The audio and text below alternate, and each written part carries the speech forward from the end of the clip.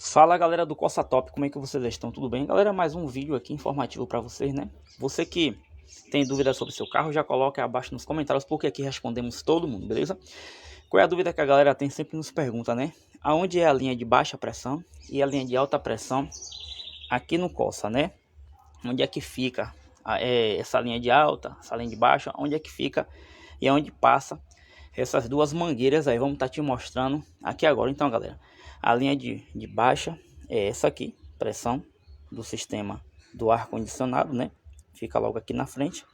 E a linha de alta pressão fica aqui por trás da caixa de ar, aqui próximo à bateria, tá vendo? Aqui, ó, mais fino aqui é linha de alta pressão.